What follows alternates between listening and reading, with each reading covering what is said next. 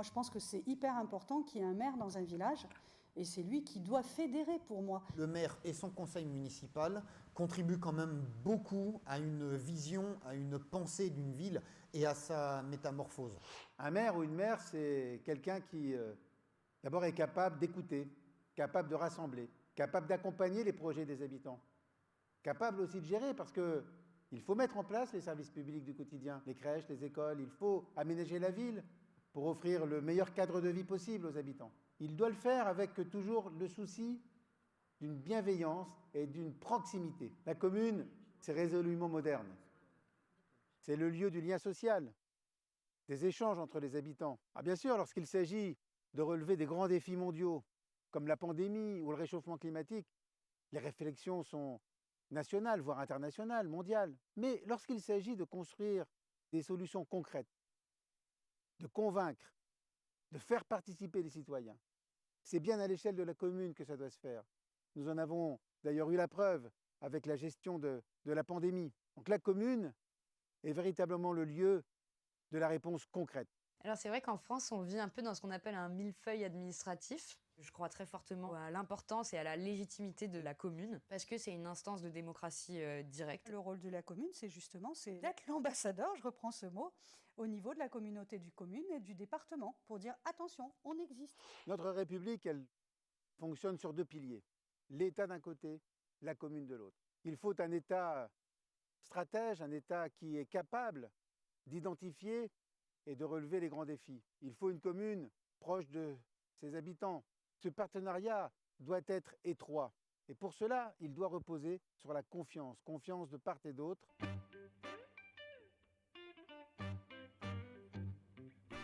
Je veux aujourd'hui, avec mon équipe, remettre l'Association des maires de France au centre des relations avec les gouvernements, quels qu'ils soient, avec le Parlement, avec les forces économiques, avec les organisations syndicales, avec le monde associatif. Et je veux rassembler l'ensemble des maires de France à travers leurs différentes associations qui illustrent la diversité du monde communal.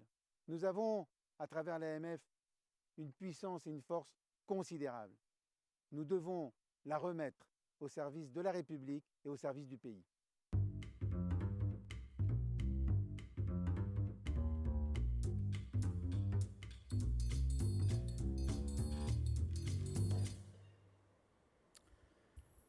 Très chers collègues, oui, l'AMF vit un moment particulier, un moment démocratique inédit. C'est bien et c'est bon pour sa vitalité et pour sa légitimité à représenter tous les maires de France. Chers amis, j'ai pris part à tous les combats que l'AMF a menés depuis 20 ans. Cette magnifique communauté des maires m'est si familière que je ressens une émotion très particulière en prenant cet après-midi la parole devant vous.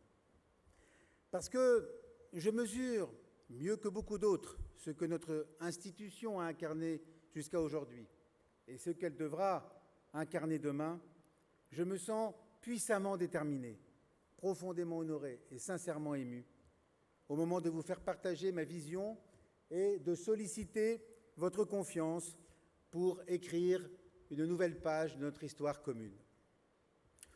Cette émotion ne vient pas de nulle part. Celles et ceux qui me connaissent et ceux, très nombreux, qui m'accompagnent dans ma démarche, en connaissent la source. Le gène municipal est au cœur de mon ADN politique. C'est la colonne vertébrale de mon engagement. Je ne suis pas, en effet, de ceux qui sont venus à la politique par idéologie, ambition ou jeu d'appareil. Pour moi, tout au contraire, engagement politique et action locale s'entremêlent depuis toujours. Mon premier mandat d'élu municipal remonte à 1977. J'assume cet enracinement dans le temps et dans l'espace. Il me préserve de cette critique qu'on formule à ceux qu'on dit hors sol, comme à ceux qui toujours sont en quête de nouveaux horizons pour étancher une ambition jamais satisfaite. Je suis maire de Sceaux depuis 20 ans. C'est une petite ville de la banlieue parisienne où se côtoient retraités et étudiants, enseignants et agents de la fonction publique, cadres supérieurs et classes populaires, avec 25% de logements sociaux.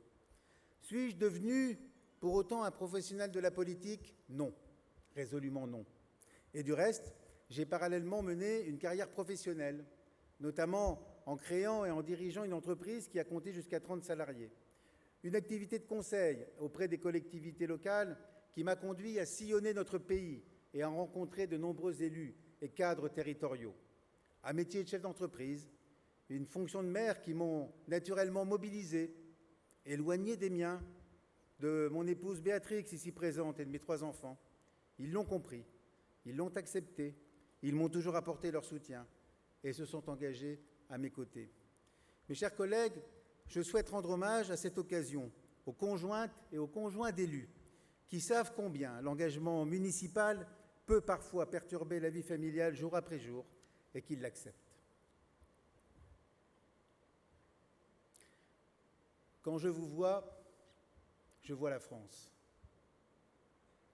Ces mots, je les ai entendus prononcés à cette même tribune par François Mitterrand, alors président de la République, lors du congrès de 1994, le dernier auquel il participait. Ces mots ont participé à mon envie d'embrasser le métier de maire. Ce métier de maire dont je suis l'ardent promoteur, tant nous savons ce qu'il recouvre d'engagement au service des autres. Car être maire, c'est l'être pleinement, de façon passionnante et passionnée, en toutes circonstances, sans répit et sans limite. Cet engagement municipal, je n'en connais pas de plus stimulant. N'est-ce pas l'engagement humain par excellence? Celui qui vous apprend aussi l'humilité et la tolérance. Celui aussi qui vous transforme pour toujours.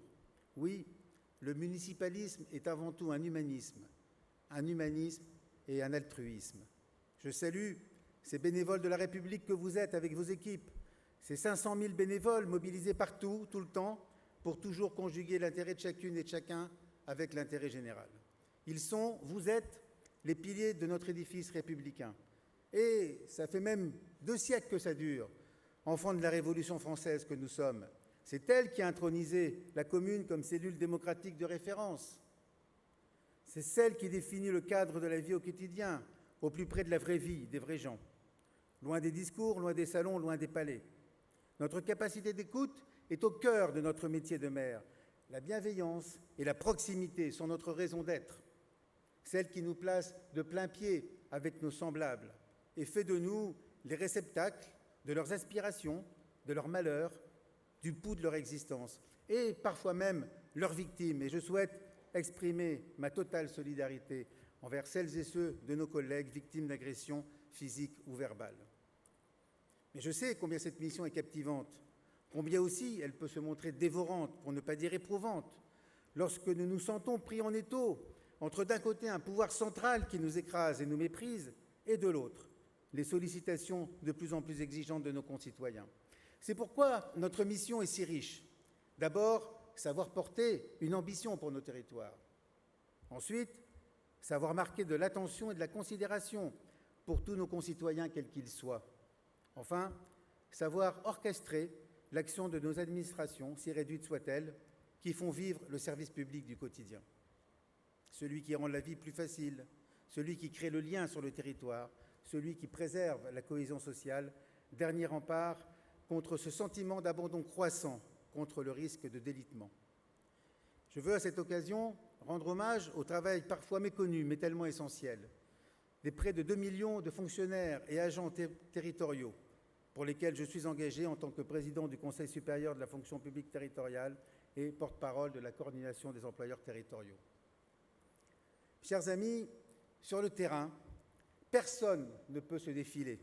À cette réalité, nous sommes tous confrontés. C'est pourquoi nous, maires, savons que ce qui nous rapproche est infiniment plus puissant que ce qui nous sépare. La fraternité n'est pas seulement une valeur qui compose le triptyque républicain. Elle irrigue aussi en profondeur notre communauté et nos relations. Et le F d'AMF doit donc bien davantage donner à voir cette fraternité qui nous lie. Cette fraternité sera notre meilleur ciment, en même temps que notre meilleure arme, nous donnant la force nécessaire pour défendre les libertés locales, tellement malmenées au cours des années écoulées. Notre combat doit reprendre de plus belle, tirant aussi les leçons des batailles perdues. Un combat au nom de tous les maires, non pas pour nous opposer à tel ou tel, pour défendre une chapelle, préserver un pouvoir, en instrumentalisant l'AMF au service de je ne sais quelle bataille partisane ou ambition personnelle. L'AMF constitue une force collective que personne ne peut prétendre manipuler. La force de l'AMF, c'est la puissance de l'engagement de chacun de ses membres. Beaucoup d'entre vous savent l'énergie qui a été la mienne pendant toutes ces années au service de la cause communale. Depuis 20 ans, auprès de Jacques Pélissard comme vice-président, puis de François Baroin comme secrétaire général, j'ai œuvré sans compter, sans ménager mes efforts, ni protéger mes intérêts. Je n'ai, par exemple, jamais mâché mes mots pour dénoncer la suppression de la taxe d'habitation, tant elle rompt dangereusement le lien entre celui qui organise les services publics de proximité et celui qui les finance. Nous l'avons encore vu lors des crises que nous avons traversées et que nous traversons toujours. Les pouvoirs locaux ont progressivement été relégués au rang de supplétifs, de sous-traitants de l'action publique. Les budgets locaux deviennent des budgets annexes de l'État. Nous sommes soumis à une bureaucratie paralysante et unificatrice, là où il faut donner de la souplesse. Nous subissons une mise sous tutelle infantilisante, là où il faut développer la responsabilité et la confiance. Alors que la demande de services publics de proximité, de participation citoyenne, d'horizontalité dans la société n'a jamais été aussi forte, ceux qui en sont les principaux acteurs n'ont jamais été aussi maltraités. Ne cherchez pas plus loin les raisons du blocage général de notre pays entre des pouvoirs locaux asséchés et un pouvoir central fossilisé. Il est urgent de remettre le maire au centre du village France, car ce sont les maires qui ont apporté le concours décisif à l'État pour endiguer la pandémie. Ce sont les maires qui, dans un contexte de crise démocratique inédit, disposent de ce qui fait défaut au pouvoir exécutif, à savoir la confiance et la longévité indispensables pour garantir la légitimité et l'efficacité de l'action publique. Je le dis donc avec gravité et force, pour relancer l'ambition démocratique, il nous faudra demain décentraliser à nouveau notre République. Comment ? La méthode que je vous propose a le mérite d'être simple, aussi simple qu'efficace. Il faut redonner à notre AMF de la force du muscle, par exemple, en accompagnant et en mobilisant davantage nos associations départementales, qui sont la sève de l'AMF partout dans le pays. Et je remercie toutes celles et tous ceux qui président ces associations et qui ont, très nombreux, adhéré à ma démarche. Demain, c'est sur elles que je vous propose de fonder notre action, afin de mieux accompagner, conseiller, informer et défendre et protéger tous les membres de la communauté des maires. Une AMF avec son réseau tout entière dédié à ses membres et à leur écoute. Il nous faudra aussi ouvrir davantage l'AMF, en faire la maison commune de toutes les associations d'élus du bloc communal, qu'il s'agisse du réseau des grandes villes, des villes moyennes, des petites villes, des communes rurales, des intercommunalités, sans oublier les associations plus spécialisées qui se comptent par dizaines. Chacune a sa raison d'être, son histoire et son expertise incontestables. Mais c'est par la mise en commun de celle-ci que nous inventerons un dialogue plus exigeant et, s'il le faut, un rapport de force avec l'État. Tout en respectant l'indépendance de chacun, les synergies doivent s'opérer pour plus d'efficacité. Pour avoir travaillé à la mise en place de territoires unis avec les départements et les régions, pour entretenir aussi des relations étroites avec la plupart de ces structures, je sais combien ces rapprochements sont féconds. Et je me réjouis de compter dans les listes que je parraine de nombreux dirigeants de ces associations d'élus dont l'AMF doit devenir la maison commune. C'est aussi au nom d'une exigence d'efficacité que nous devons renforcer notre présence auprès du Parlement. Les parlementaires, dont beaucoup ont perdu ou n'ont jamais eu le contact avec le terrain, disent aujourd'hui avoir besoin de nous pour mieux comprendre. Répondons encore mieux à ces demandes. Faisons de ces parlementaires des alliés pour mieux faire entendre notre voix. S'ouvrir encore et encore aussi sur la société civile, celle avec laquelle nous, dans nos communes, vivons en étroite porosité. Construisons des liens avec les acteurs économiques, avec les partenaires sociaux, avec le monde associatif. Cette ouverture de l'AMF sur l'extérieur sera le levier d'une légitimité renforcée et d'une meilleure efficacité pour faire entendre la voix des maires de France. Mes chers collègues, l'AMF n'est pour ou contre personne. Elle n'a qu'une seule boussole, la cause des maires. Sans corporatisme, mais au service de l'intérêt général. Nous avons l'ambition de faire du fait communal le ciment de notre cohésion nationale, le point de départ de notre renouveau démocratique. Loin des logiques d'appareil, avec la sincérité et l'intelligence du terrain comme meilleure garantie de clairvoyance et d'indépendance. Mon parcours et mon discours, tout au long de ces années, en attestent. Je ne suis la fidée de personne. Les étiquettes ne m'intéressent pas. Les écuries politiques sont faites pour les troupeaux. Je revendique donc d'incarner le vrai pluralisme, celui du terrain, le seul qui garantisse l'efficacité. Je m'y engage devant vous tous. Moi, président de l'Association des maires de France, je ne prendrai position pour aucun candidat à l'élection présidentielle. Mon seul camp est celui des maires de France, au nom duquel j'organiserai l'audition de tous les candidats pour que nous puissions connaître leur vision et discuter avec eux de ce que devront être nos chantiers pour demain. Et ils sont nombreux. Le statut des élus, l'amélioration des conditions d'exercice de leur mandat, pour lequel il y a beaucoup à faire, avec par exemple la limitation de la notion de prise illégale d'intérêt. L'engagement des maires dans le grand défi des transitions écologiques et énergétiques, l'approfondissement et la mise en œuvre de l'agenda rural, l'assouplissement des relations entre communes et intercommunalités, la révolution culturelle indispensable de l'administration centrale, le partage des ressources publiques et la reconquête de l'autonomie de gestion, entre autres thèmes prioritaires. Voilà une feuille de route exigeante sur laquelle je n'ai pas l'intention de transiger. Sans être pour ou contre qui que ce soit, l'AMF a tout simplement besoin d'être elle-même, en position centrale dans la nation, comme le maire est en position centrale sur sa commune. Voilà l'ultime combat que j'entends mener, parachevant ce que fut l'engagement de ma vie, défendre les libertés locales et promouvoir le fait communal. Mes chers amis, il n'y a pas pour moi de coup d'après, grâce à une AMF transformée en je ne sais quelle rampe de lancement. Ma seule ambition, c'est une AMF qui nous rassemble, une AMF qui nous ressemble, une AMF utile et efficace pour chacun des maires de France, une communauté qui sait reconnaître sa diversité pour retrouver son unité et la force du collectif. Cette histoire, à laquelle je vous invite, à vous d'en être les acteurs, car vous en êtes l'avenir. À nous tous de rendre ce dernier utile et souriant. Vive la communauté des maires de France, vive la République. Je vous remercie.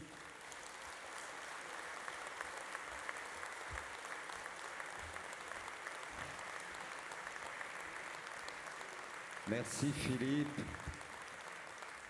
La parole est à présent à David Lisnard.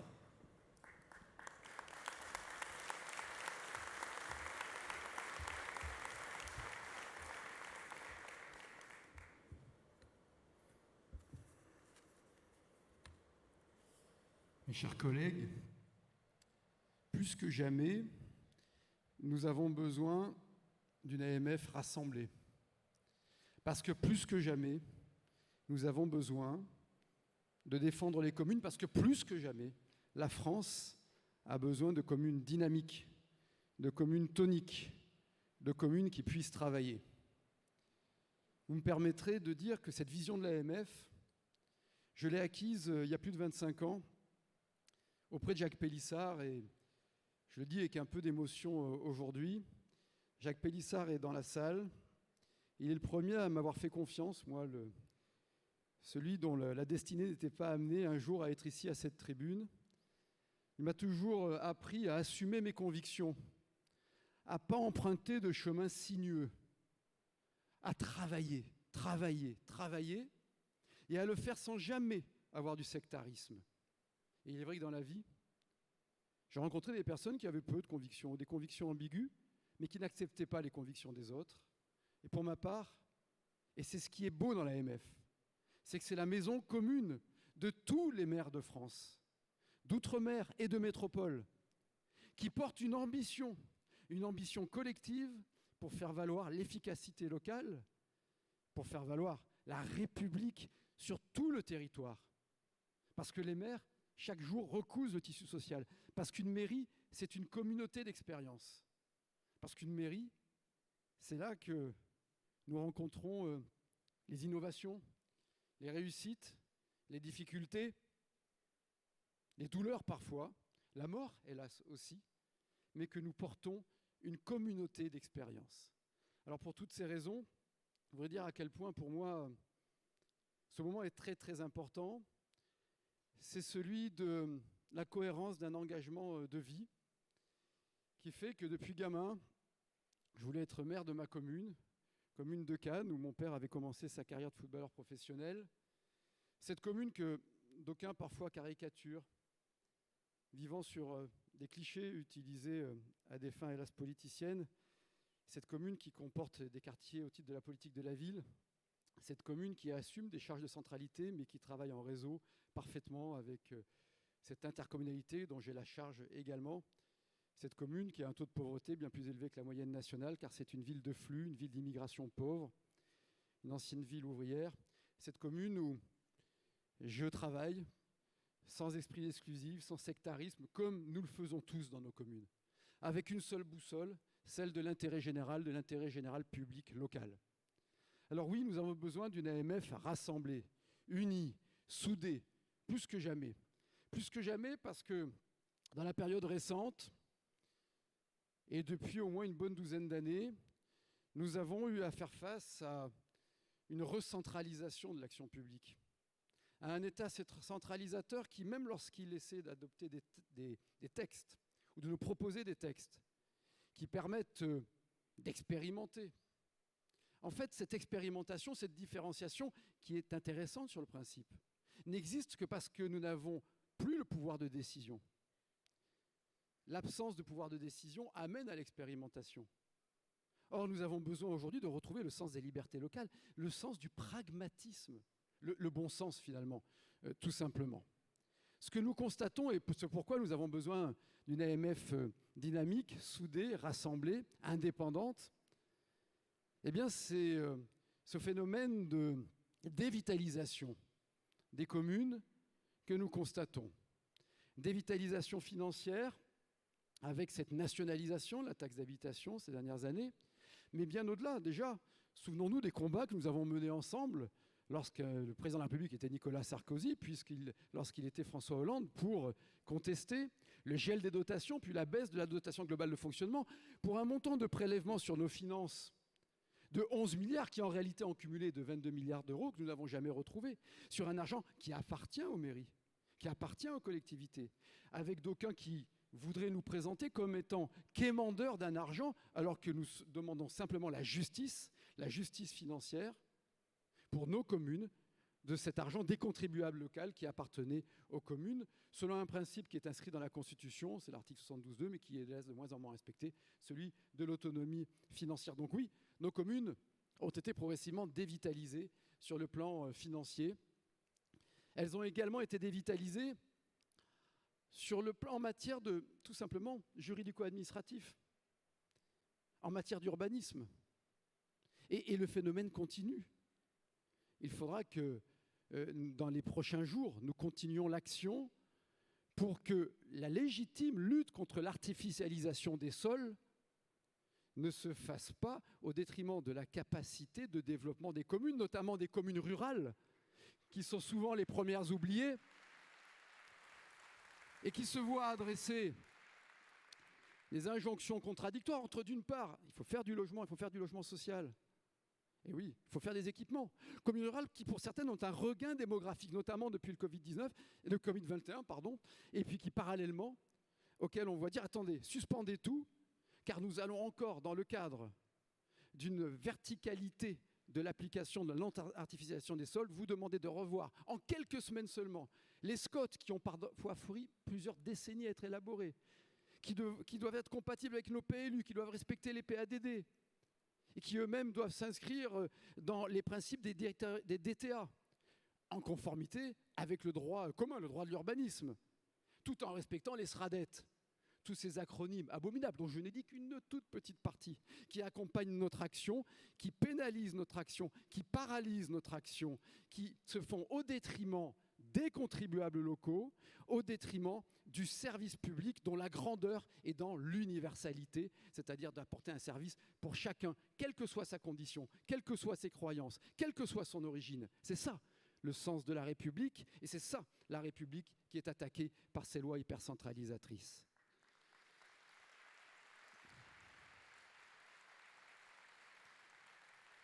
Cette dévitalisation que je pourrais évoquer, qui marque une défiance des exécutifs, quel que soit l'exécutif. L'enjeu n'est évidemment pas partisan, surtout pas.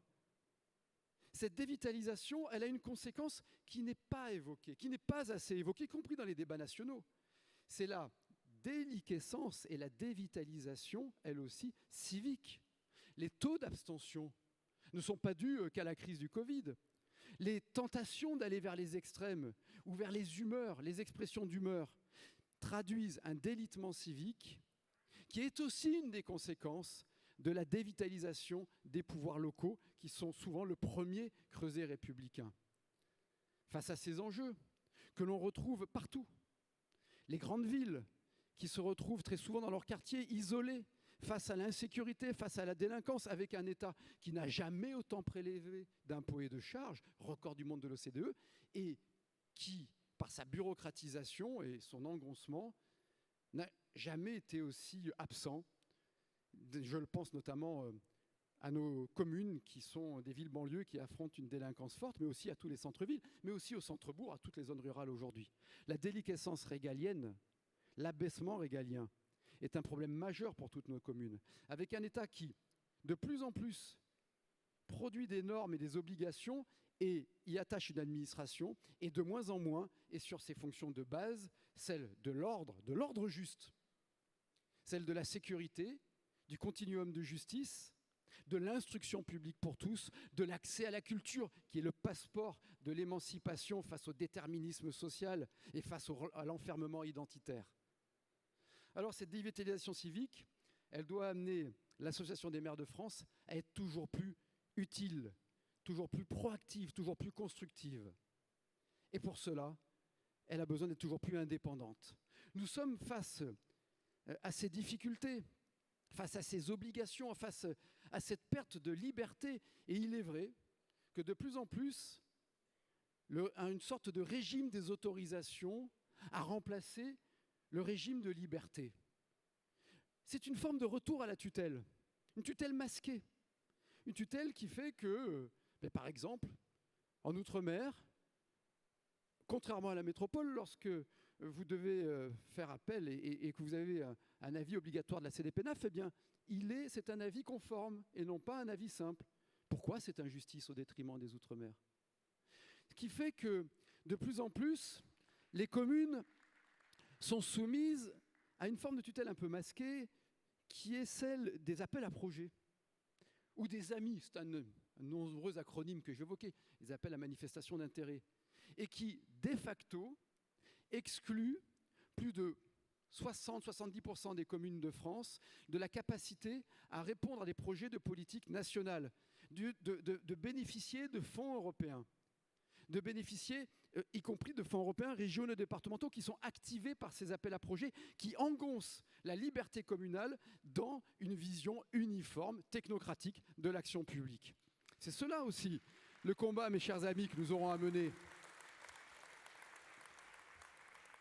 Et je veux saluer parmi ceux qui m'accompagnent dans les équipes pluralistes que nous avons constituées, eh bien, des maires très engagés pour les écocités, pour France Leader, pour permettre à toutes les communes qui ne disposent pas d'ingénierie juridico-administrative d'avoir accès précisément à ces appels à projets et de pouvoir bénéficier d'un premier soutien. C'est un des grands enjeux des prochaines années.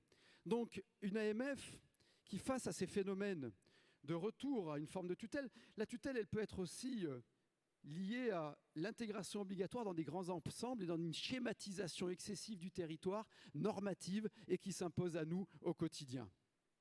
Et qui devra nous faire agir pour retrouver le principe de la subsidiarité. D'abord, nous essayons de régler nos problèmes, et quand nous ne pouvons pas, nous les réglons à l'échelle la plus large, et l'autorité suprême dans la République française, qui est l'État, que nous respectons, que nous servons avec loyauté, avec fidélité, eh bien lui doit veiller à l'égalité, à l'aménagement du territoire qui est, pour nos communes, ce que l'égalité des chances est pour les individus. Alors, pour cela, oui, nous avons besoin d'une AMF forte.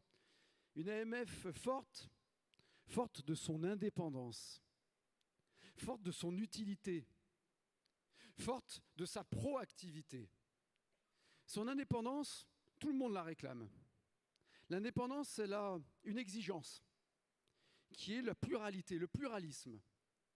Et c'est exactement la démarche que nous avons suivie avec André Léniel, dont je veux saluer le combat inlassable pour faire entendre la voix des communes, pour constituer des équipes pluralistes, représentatives. C'est quoi, mes chers amis, mes chers collègues, des équipes représentatives? C'est d'abord représentative de la diversité, de la réalité géographique, démographique, économique de notre pays. Et dans nos équipes, la ruralité est particulièrement bien représentée. Vous l'avez constaté en regardant les listes au comité directeur et au bureau que nous vous présentons. Dans nos équipes, bien évidemment, l'ensemble des strates communales sont parfaitement représentées, que des grandes intercommunalités, mais aussi des communautés de communes qui représentent la vitalité et la réalité de notre territoire. La représentativité, c'est la représentativité démographique, je viens de le dire, économique, avec toutes les différences possibles et imaginables qui font la singularité, la force, parfois la difficulté de l'Hexagone, mais c'est aussi bien sûr la représentativité politique. Une grande partie des colistiers qui m'accompagnent ne sont pas dans un parti politique, parce qu'une grande partie des maires de France ne sont pas affiliés à un parti politique, et c'est pourquoi j'ai tenu à ce qu'ils soient nombreux dans nos équipes. Mais parmi ceux qui sont engagés dans un parti, comme c'est mon cas, eh bien, nous avons veillé à la représentativité exacte des forces républicaines, classiques, démocratiques, qui font la République française. Du Parti communiste au Parti socialiste, à LR où je suis, à toutes les formes du centre, évidemment, UDI, Modem, Nouveau Centre, etc.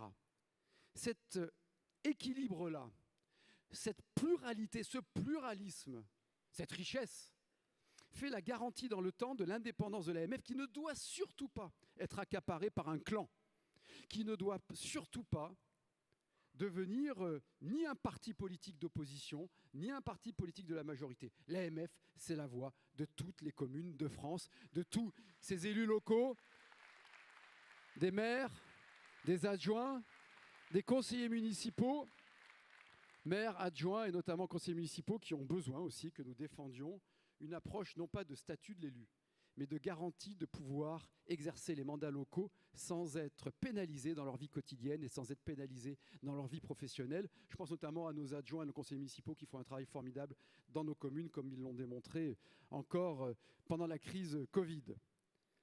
Alors pour toutes ces raisons, une AMF forte de sa diversité, de son rassemblement, de son unité, une AMF aussi forte de son utilité, cette utilité qui est la conséquence de sa cohérence, la conséquence de sa cohérence dans le rassemblement et qui est la démarche à laquelle nous tenons avec François Baroin. Et je veux bien évidemment le remercier chaleureusement de sa confiance, de son soutien qui m'oblige, qui exige de nous mettre au niveau d'une AMF entendue, d'une AMF indépendante, d'une AMF au service des mairies.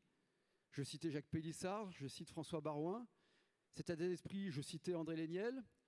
Je veux citer bien sûr Gérard Larcher qui me fait l'honneur de m'apporter son soutien avec un Sénat qui a su démontrer encore ces derniers mois, ces dernières semaines, sa capacité à retravailler la loi pour qu'elle soit moins déconnectée de nos réalités. Parce que c'est un des enjeux extrêmement forts des prochains mois, des prochaines années, quel que soit l'exécutif. L'AMF, elle doit être indépendante du pouvoir, quel que soit le pouvoir. Et quel que soit le pouvoir, nous aurons à faire en sorte que le travail législatif, mais aussi réglementaire, soit plus conforme à nos réalités, qu'on ne soit pas victime de ces injonctions contradictoires que j'évoquais tout à l'heure. Il est vrai que les textes de loi récents, mais pas seulement, les lois NOTRe et MAPTAM auront besoin d'un bon toilettage, c'est un euphémisme. Mais les lois récentes, je citais les ZAN tout à l'heure, zéro artificialisation nette, dans la loi climat, la loi du 22 août dernier, font qu'on a vu une multiplication de textes qui partait de bonnes intentions, dont l'enfer est pavé d'ailleurs, mais qui malheureusement était souvent, marqué par une déconnexion de la réalité opérationnelle de celle que nous vivons dans nos communes. Moi, ça fait 20 ans que je suis élu municipal et que j'ai vu ce phénomène croissant de la technocratisation des textes qui s'appliquent à nous. Je parlais d'un régime d'autorisation. On passe notre vie à remplir des procédures avec parfois une contradiction des services de l'État. Vous obtenez le soutien du préfet, du sous-préfet. Et puis ensuite, vous avez au dernier moment soit l'ABF ou le DREAL qui vous plante le projet. Vous ne savez pas pourquoi. Le préfet, lui, non plus, lui ne sait pas pourquoi.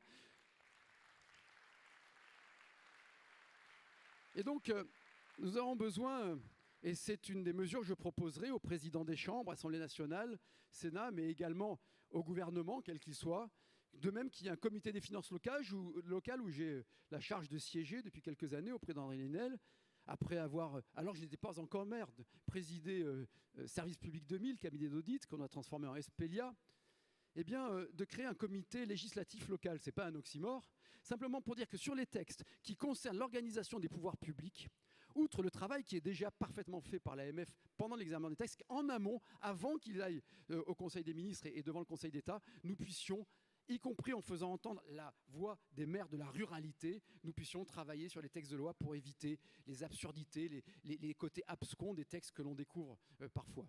De même que nous mettrons en place un service pour lorsque un maire est dans l'insécurité juridique, parfois l'insécurité judiciaire, avec effectivement cette notion de prise illégale d'intérêt qui peut permettre de voir sa réputation mise en cause avant d'être lavé de tout soupçon, mais les maires sont des habitants, parmi les habitants, mandatés par les habitants, qui vivent aussi de leur réputation. Et cette notion est tellement générale, globale, on a eu des témoignages en comité directeur encore récemment, qu'il faut bien évidemment revoir cela. Donc une AMF forte de son indépendance, une AMF forte de son utilité, une association des maires forte de sa proactivité, de sa capacité à proposer la grande loi de liberté locale. Ce n'est pas dont les mairies ont besoin. Bien sûr qu'on en a besoin pour retrouver des moyens d'action, de la simplicité, d'un impôt par strate, de la lisibilité, du civisme, mais dont le pays a besoin pour retrouver dynamisme, pour retrouver pragmatisme, pour retrouver tout simplement une espérance. C'est dans cet esprit-là, mes chers collègues, selon le programme et le projet que je vous ai fait passer avec les équipes que j'ai l'honneur de conduire, eh bien que je proposerai, si vous m'accordez votre confiance, une AMF dynamique, renouvelée, rassemblée, fidèle à sa vocation, fidèle à son histoire, qui fera de la liberté et de la responsabilité locale le cœur du renouveau du pays, pour que, plus que jamais, l'Association des maires de France rime avec espérance. Vive l'Association des maires de France, vive nos communes de France, vive l'AMF. Merci à vous.